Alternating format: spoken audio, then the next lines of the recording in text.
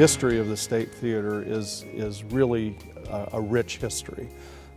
Many of these historic theaters were built in the 20s by studios in California to present their movies. This theater was built in 1921, and it was a real high point for theaters at that time. That's what people did. They went out and spent a nickel to see a great movie and a vaudeville act, and it was part of their life. When television came around, and of course the Depression, then after that, the theaters started to decline.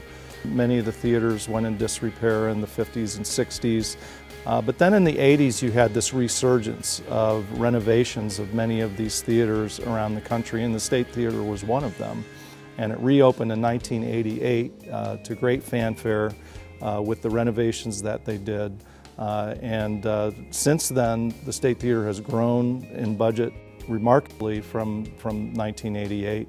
And the programming is so diverse. We're very proud of the fact that we can bring in an international orchestra like the Jerusalem Symphony, and 2 nights later have Ringo Starr and the All-Star Band play. So having those types of diversity and everything in between, from comedians to ballet to operatic singing and that type of thing, we're very proud. So it's a rich history, and you can feel the history when you're in the building.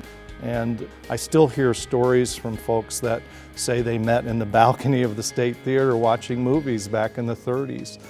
So there's so much passion and so much attachment to the State Theater. We have a wonderful staff that many have been here for more than 27 years because it's such a wonderful place to work. There's a great family feeling here, not only the board, but even our donors, and it's something I look forward to every day. The true core of our program is really to serve the community and provide performing arts for as many diverse audiences as we can. One of our programs we're very proud of is the Performances for Schools, and we bring in 17,000 kids a year during the school day with yellow buses wrapped around the building providing performing arts these kids have never seen before. We have a bilingual program for the Latino audience. We have autism-friendly performances for kids on that spectrum and their families. And we work closely with Eden Autism Services to do that. We have artists in resident programs. We have Milk and Cookies, which is a storytelling event for kids 3 to 5 and their families that is free. We have free summer movies. So we have a very robust education and outreach program for the community, and we're looking to even grow that further in the future.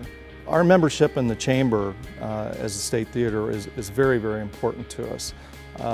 The Chamber is very helpful in making sure that not only people are aware of the arts and culture that they have in this community, but also to attract businesses and attract others and residential folks that are looking to move into the area.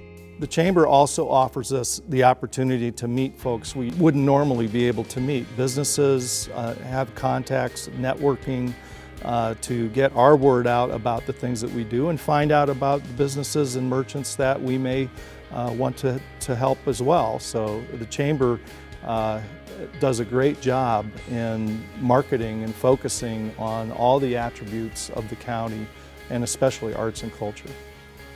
Well, we have some really wonderful future plans for the State Theater. Among them are to continue to increase our audience development and continue to serve the diverse audiences and getting more resources to do that. We're looking at a capital campaign for the theater to bring us up to today's standards of ADA, as well as the production capacity to bring in big Broadway tours and other types of programs that demand that sort of production quality.